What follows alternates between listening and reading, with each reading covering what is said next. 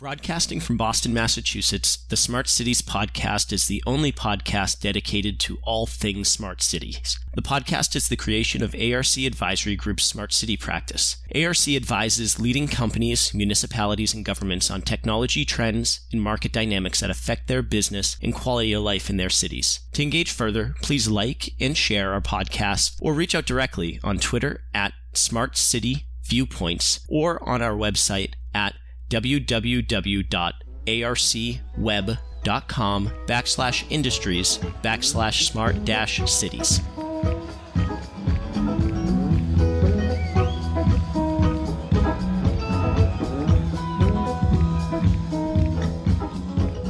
Welcome to another episode of the ARC Advisory Group Smart Cities podcast.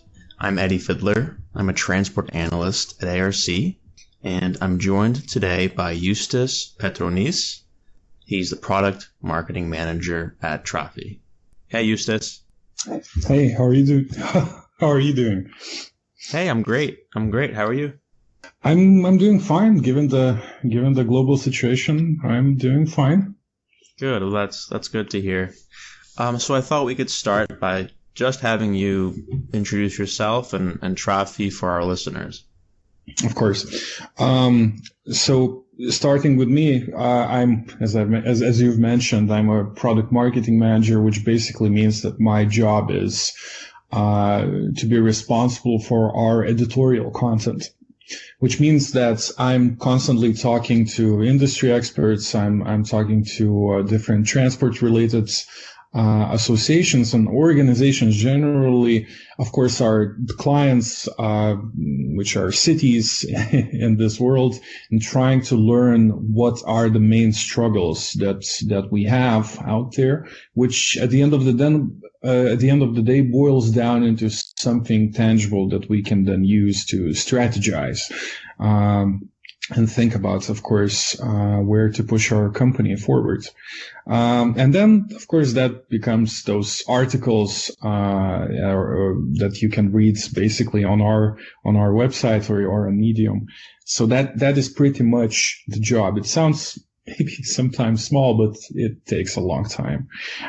In regards to Trafi itself, Trafi is a software company first.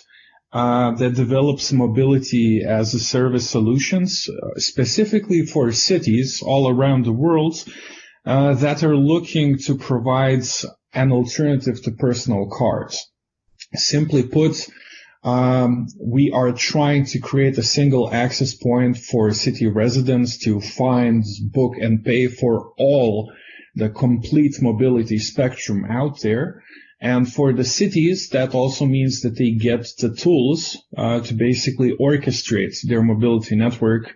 And by having that delivery mechanism, if you will, they can have a direct channel to communicate this to residents. So it's a global thing, but of course, at the end of the day, it just boils down to people wanting to go from point A to point B in the most effective, efficient, sustainable, and safest and affordable way possible. So that's the short version. Of course, I can expand going forward. Sure. Yeah. Can you dive deeper a little bit into what your actual software offerings are to the cities and what your business model is around that? Sure, of course. So basically what we are providing is what we call the mobility as a service or MaaS suite. So it consists of white label ready applications, native applications, both for iOS and Android. Or rather both of those apps, they plug into our mobility API, our platform, basically, which collects and integrates in a deep level all the available mobility supply in the city, and not just shows service level information, but actually allows to perform the full booking experience. So you can actually book and pay via our platform. So those are two components. The third one, and for us it's really crucial, is our mobility intelligence software solution, which basically is a data management platform which takes public transport information data and enhances it, because most of the time the data that the cities publish is not as reliable as it can be. That is only natural, even if it's unfortunate. Our tool basically takes takes that data and generates real-time predictions, which can in turn be shown as moving vehicles on the map itself, or real-time departure schedule, stuff like that. And of course, then we have our routing algorithm, which is maybe our oldest product. This is where our company started. We have a multimodal routing algorithm, which allows you to combine different modes of transport into a single trip experience. And then of course, to control everything, we have the back office. So all of this comes prepackaged. It's a big thing. So what we definitely believe in, this whole big thing can only be orchestrated by the cities themselves. So our direct clients tend to be public transport authorities here in Europe, or public transit agencies across the pond where you guys live, or even national, mostly railway companies, who basically want to control the whole traffic in the whole country, when it, of course, makes sense. So we tend to work with public authorities, to use a more broader term, because we believe that they have, let's say, the best of our interests in their hearts and in their minds, if you will, and that basically allows to create a solution where you can have kick scooters, public transport, car sharing or car rental, if you will, bike sharing, whatever mode you imagine in a single place, without actually creating a situation where some providers are more preferred than the others. So it's more of an agnostic environment, if you will, which can only be guaranteed by an organization that actually doesn't have profits as their main raison d'être, if you will.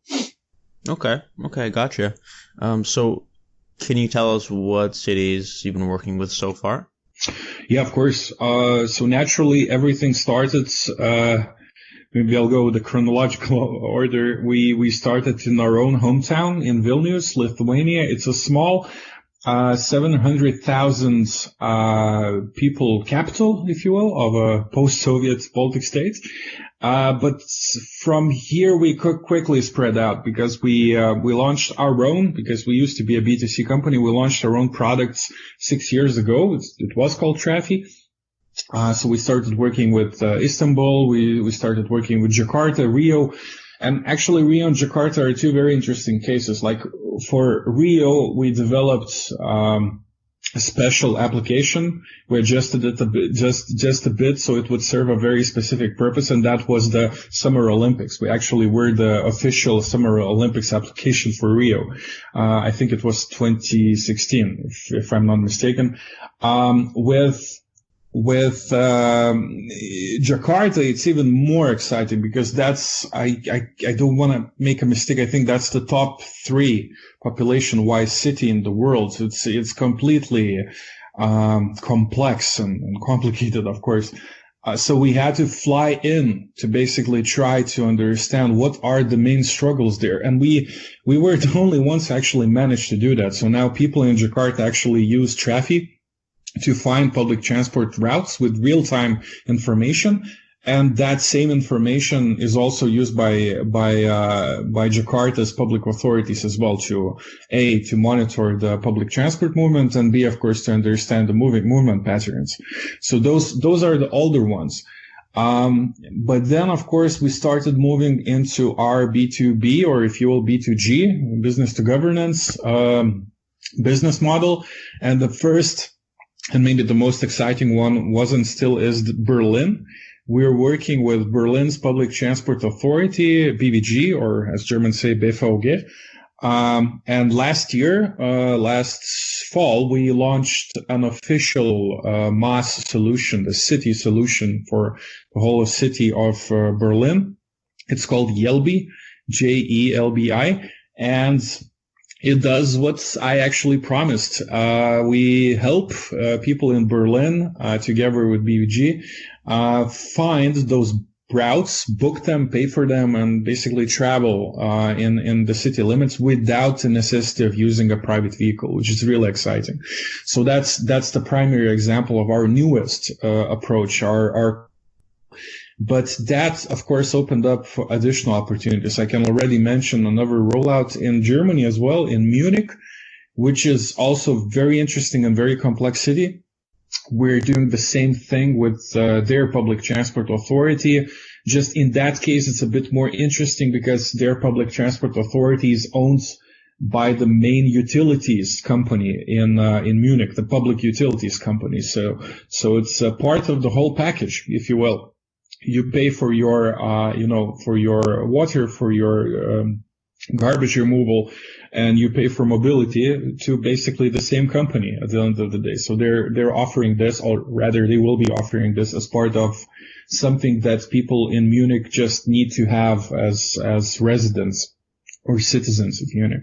So those are the cities that I can mention. Of course, we're talking to many more cities, mostly in Europe. Our current business model is focused on Europe because we believe that this whole trend of mobility as a service started in Europe, and we believe that we'll show the biggest advantages here. And maybe we'll get into this later on, but we believe that it has something to do with the fact that we're starting from a community approach first. We start with a city approach of the how we basically should share our transport, share our environments, and what is the best way to go about that, basically. So we believe that MaaS starts here, and then, of course, we can scale it and replicate it in other markets as well.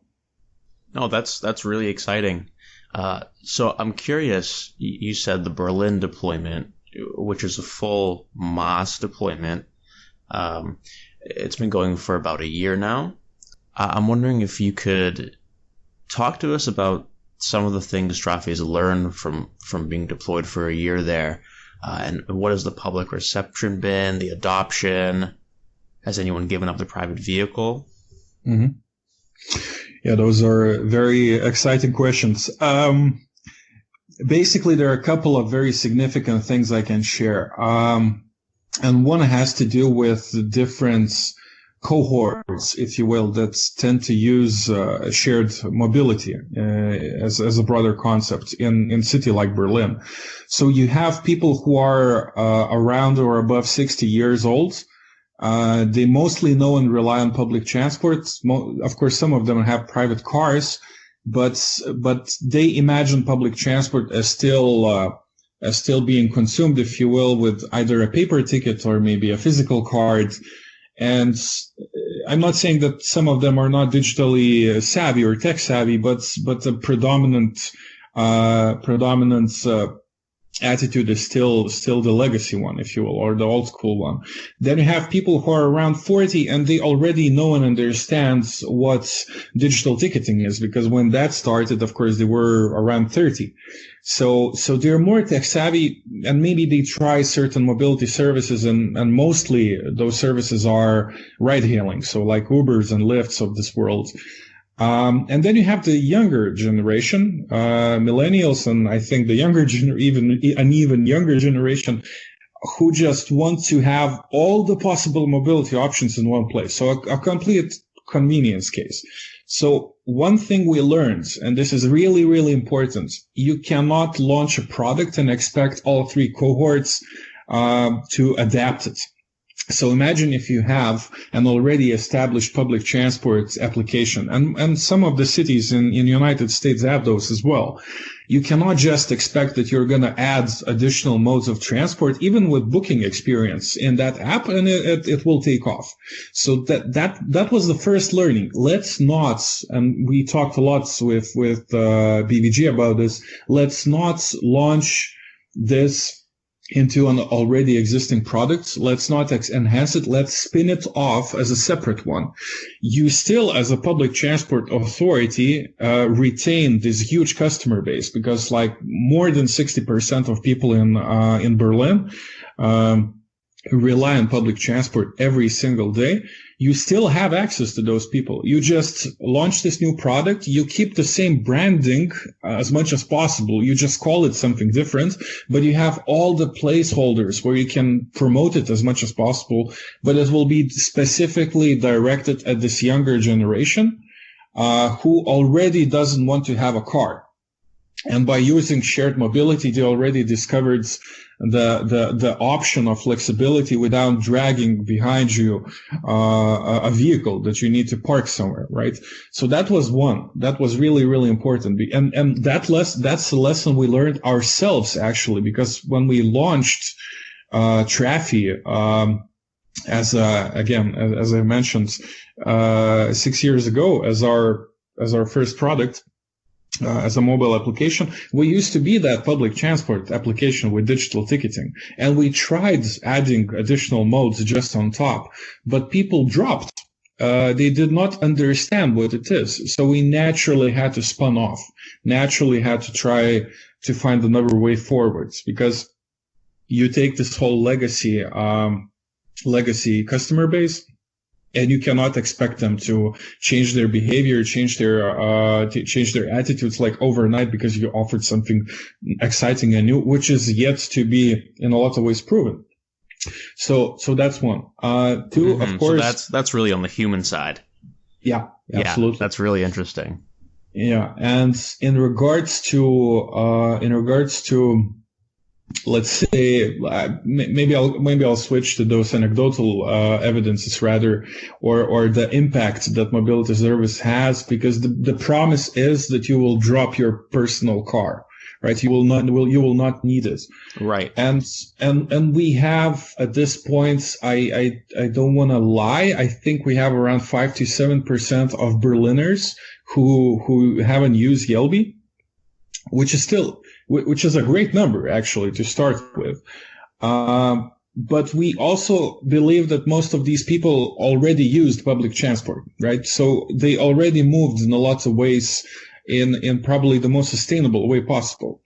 So for us, you're saying 5 to 7% of the city is using your service, or the service that you've enabled. Yeah. Yeah, okay.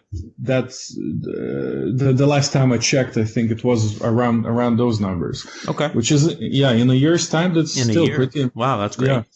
Yeah, that is great.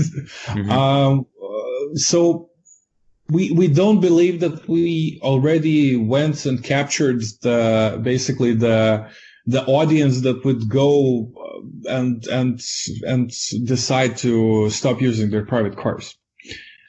What we definitely are doing, we're taking a very long and difficult road forwards by trying to create the best possible mobility experience that could be out there, so that when the city actually decides to start nudging, or in certain ways maybe even forcing people to drop their cars, they will be able to do that by applying the carrot and the stick model, right?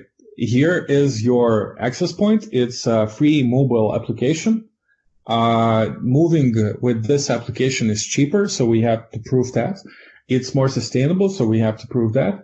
And guys, you have to stop using your cars. And city has all the instruments and levers to do that by making parking more expensive, forbidding cars from entering certain places, or basically creating pedestrian streets, which I loved that finally San Francisco did that with Market Street last year, right? They finally closed the long distance basically within that street. And they're not the only ones. Yeah. Exactly. And there are certain cities in US who are doing that. Like Seattle is a great example of that.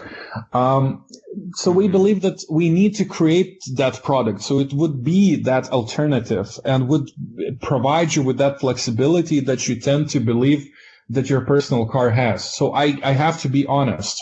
We don't believe that we achieved that. It's a long road.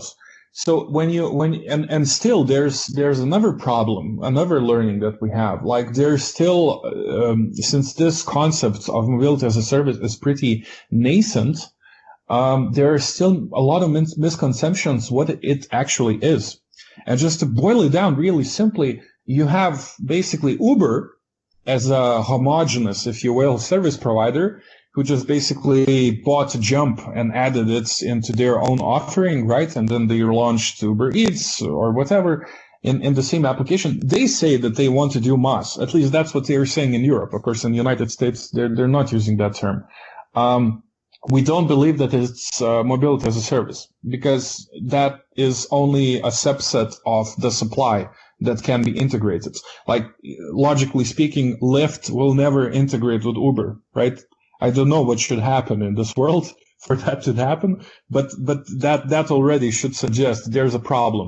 These guys will never integrate each other. There is the so-called private MaaS approach, where you have like companies like, for example, WIM, a very well-known company, or MaaS Global, as they're called as well by their legacy title. They take the agnostic approach. They don't run the services themselves, if you will. They integrate other providers and they use their own brand on top. So they're in Helsinki, they're in Antwerp, they're launching Vienna. Yep. Problem is that is also not performing as well as possible. Due to natural reasons, it's a low margin business at the end of the day, if you want to run the service yourself. But two, there's a much more significant problem. It's a profit driven business, and you have to expect that business to be that, right? But that means that they optimize for objectives that don't necessarily align with the city objectives. So you might, as a WIMS user, for example, you might get a recommendation to use a mode of transport which go against basically the objectives that the city has. So if the city wants to reduce private car ownership and wants to promote active mobility, it makes sense to promote in a private MaaS solution something like car sharing, because it's more expensive. You can get a better profit margin there, but that goes against the city's objectives. So a private MaaS solution also underperforms if you actually want to solve bigger, more grander problems like the whole mobility network, that it should move in a much more sustainable way.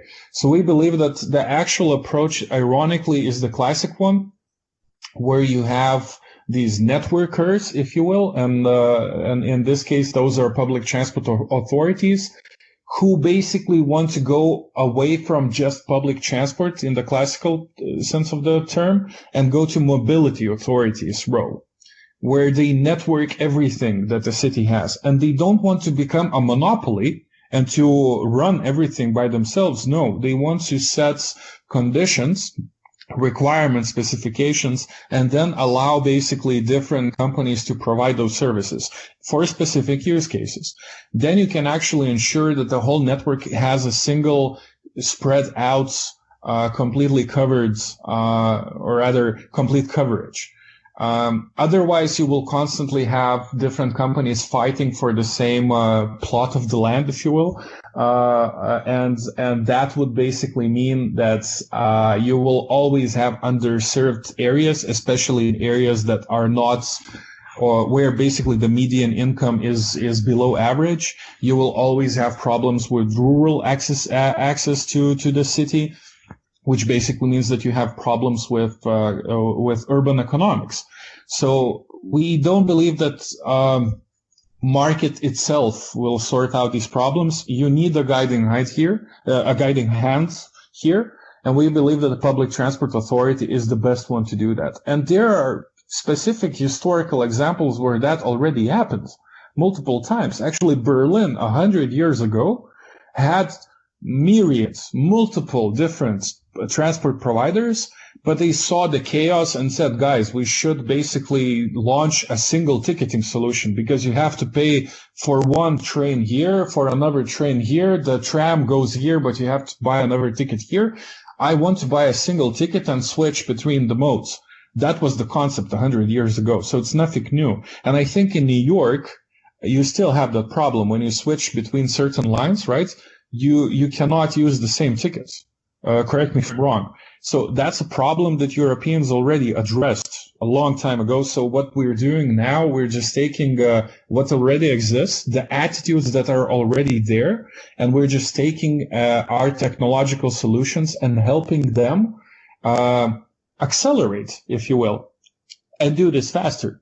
by the end of the day to take people out of their cars. But as I've mentioned, and sorry, this is a long spiel, but we still have to prove that it is as good as this experience of MaaS is as good as it can be.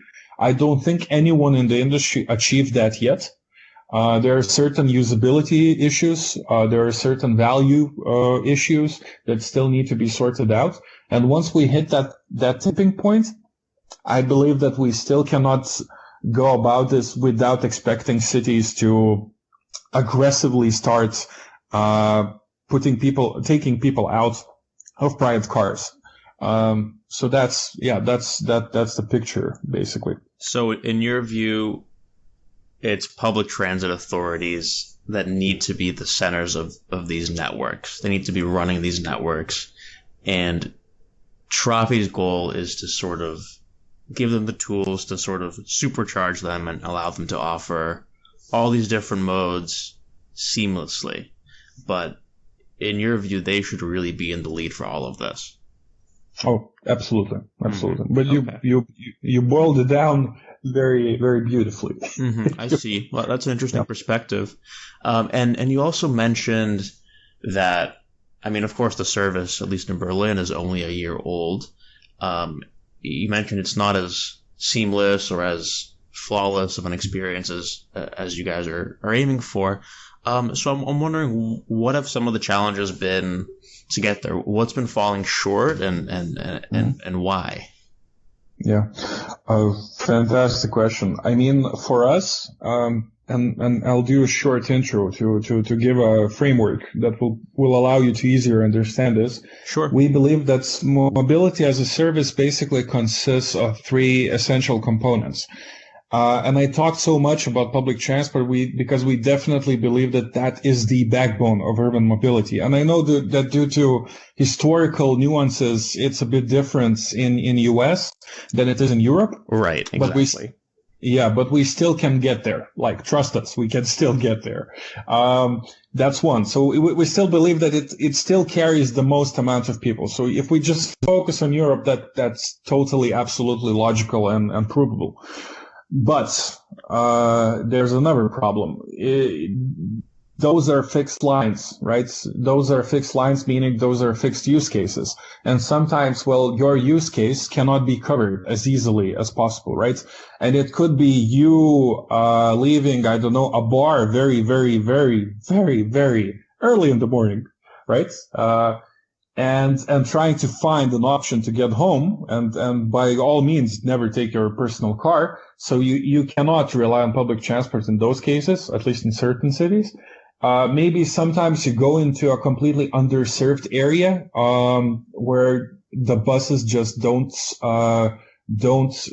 ride that often due to, of course, underutilization. Well, then it's also a specific use case, but just generally you deciding to take a bike and ride around the park, that's also a use case. And especially if you don't have one, but you want to do that.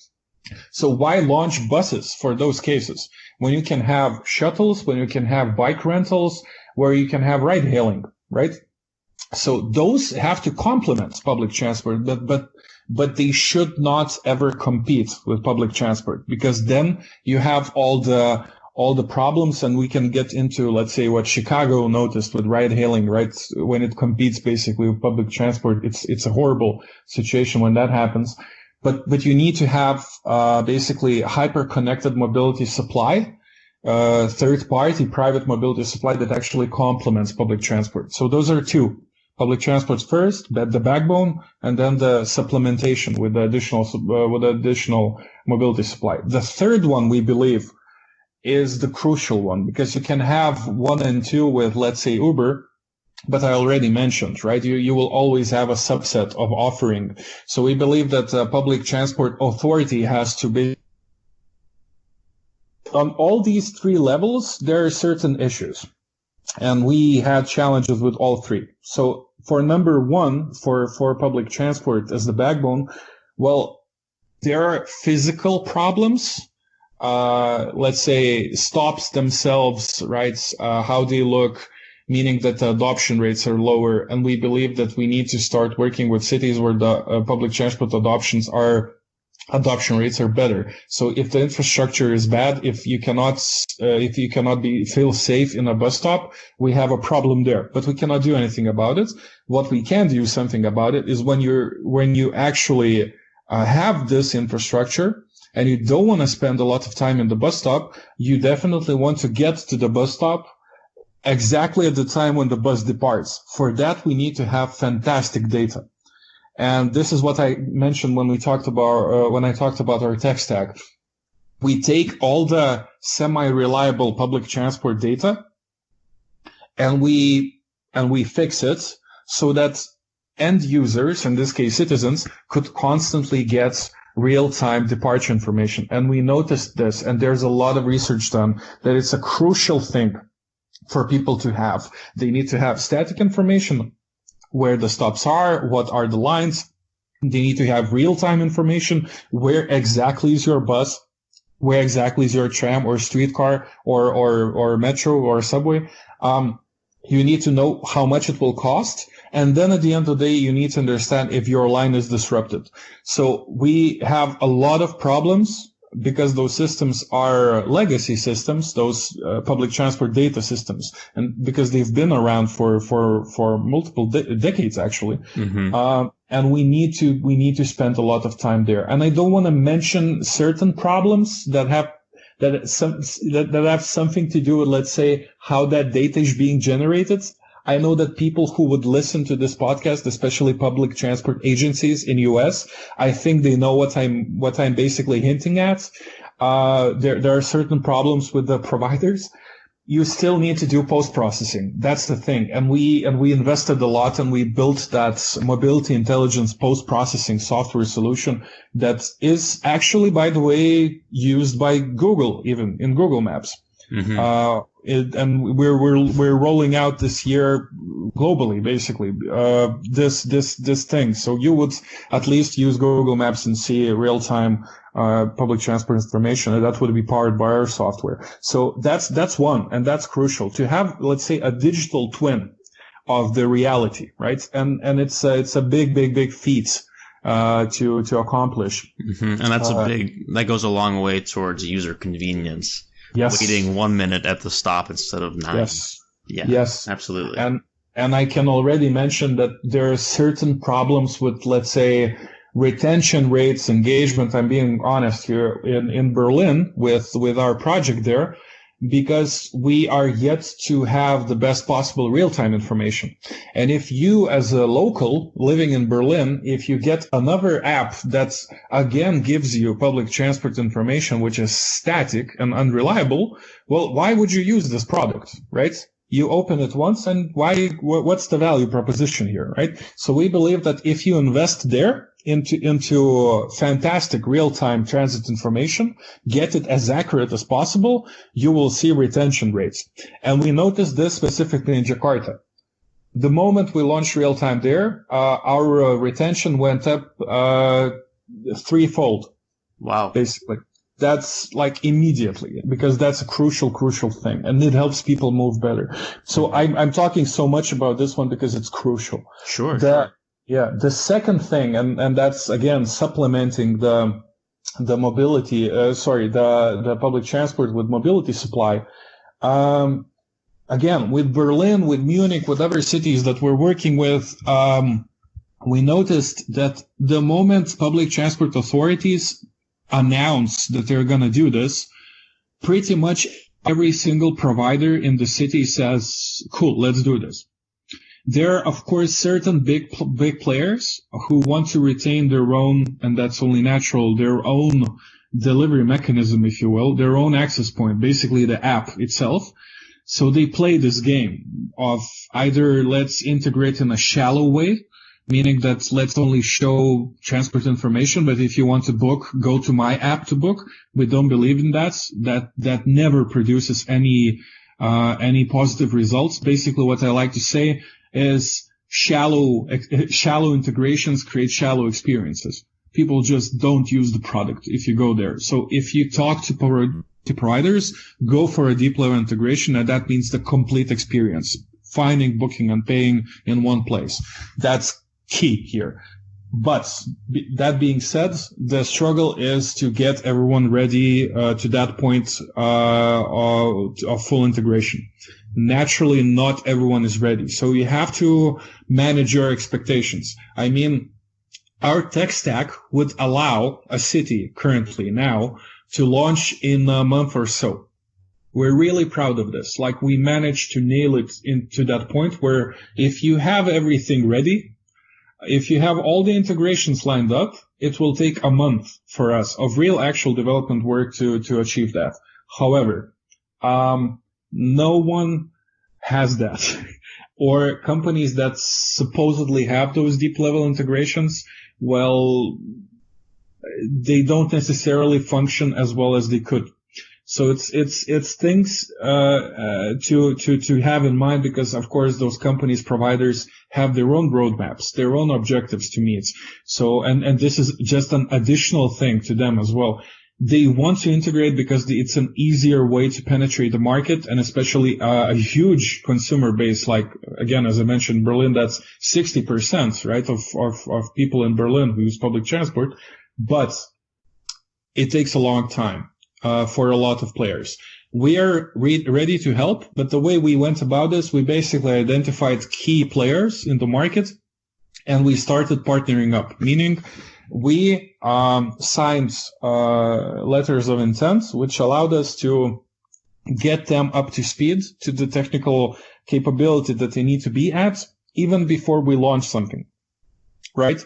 So we invest a bit more now before we start, let's say, another city, so that when we do that city, we can actually create it as soon as possible. Because cities, when they sign the contract, they want to have it tomorrow, and we want that to happen eventually, right? So that's a struggle that we're fighting with, and but I think we found a good way to go about this, which also suggests that companies already went away from that attitude of, why should I integrate? You integrate with me, right? They already understand the benefits here, but there are certain technical issues. And lastly, the third part, right? That's the public transport authority who has to orchestrate everything, right? It's sometimes, and it has something to do with stuff I've already mentioned, it's sometimes difficult to talk to certain public transport authorities or cities in general, because sometimes they have really bad mojo, meaning that they don't trust themselves that much. They undervalue what they can achieve. Maybe there are certain political nuances that they have to play around with. So we need to spend a lot of time to help them by using the best possible management tools that we have, right? Starting with something very, very well known like design sprints, right? But actually going just and helping them draw up the objectives, the actual metrics that they want to have, right? So that they could see and understand what they're investing in, and to help them choose the best possible solution. And in certain cases, they might not even pick us as providers. And that is fine in a lot of ways.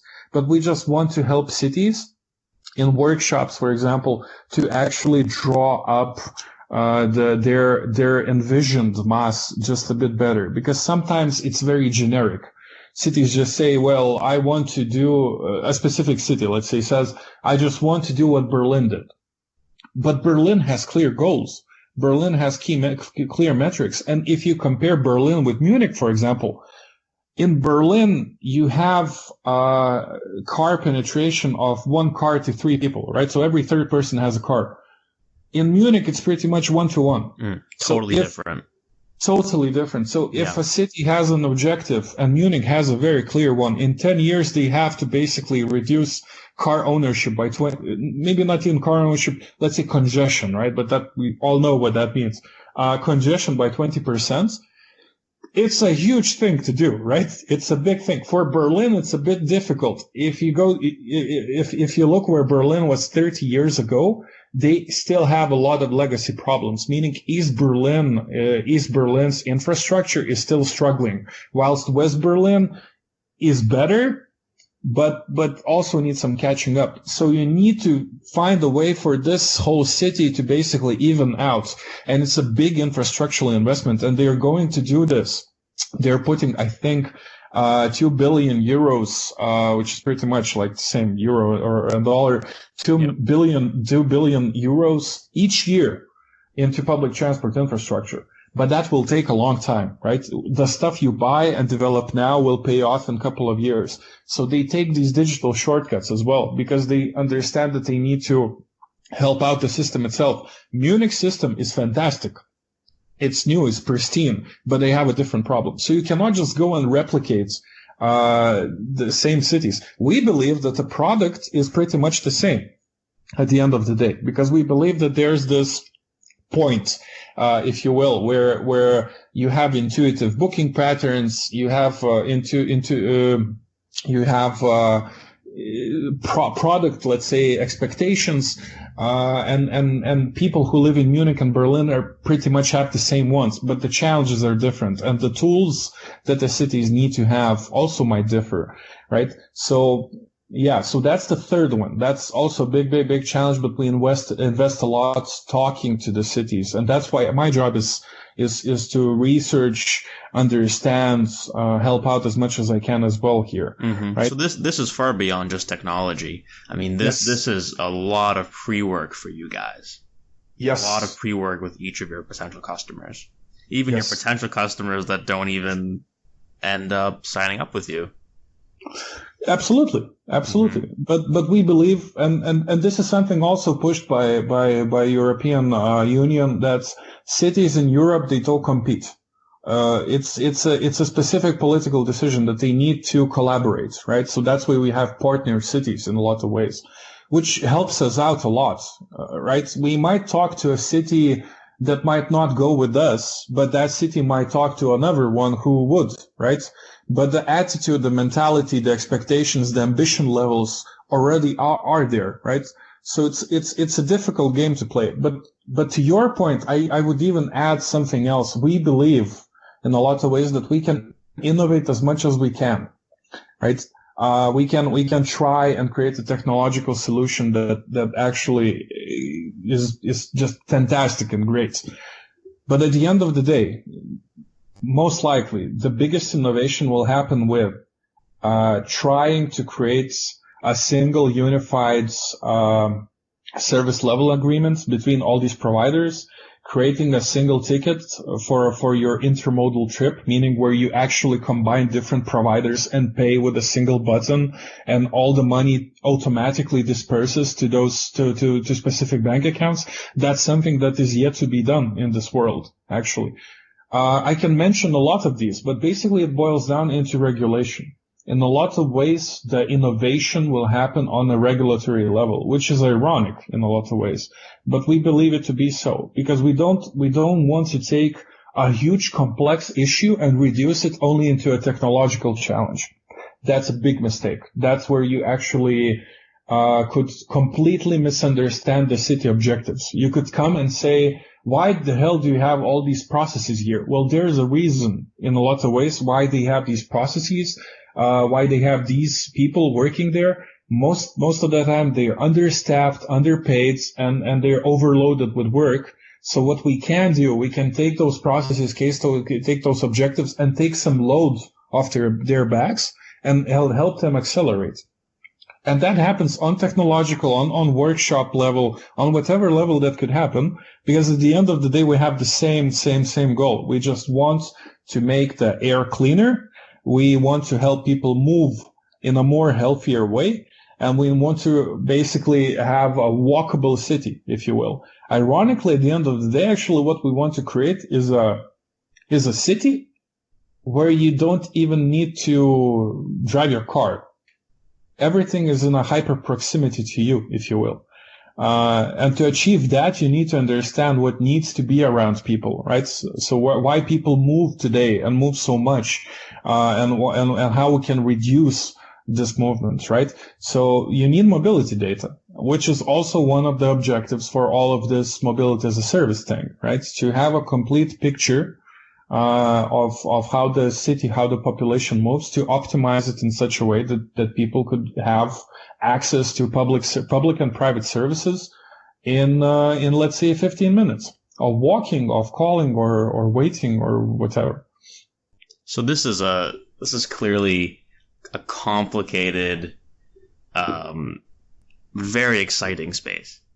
And it looks like it's a space where the dimensions of technology, people, governance, regulations, politics all kind of collide, which makes it incredibly challenging, to say the least. But at the same time, that's proportional to the prize, the potential value for these cities and these citizens of having cleaner air, more convenience, less congestion, less stress, and a higher quality of life. Absolutely. Yeah. Absolutely. Wow. Well, I think we can close on that, Justas. We really appreciate your time and your insight today and sharing what you guys at Trafi are working on. And hopefully you'll come back and update us on your project next year. Of course. Sure. I really love the chat. Sorry if I talk so much. No, you're excited about it, and so are we. That's Perfect. Excellent. Okay. Thank you so much, Justas. We appreciate it.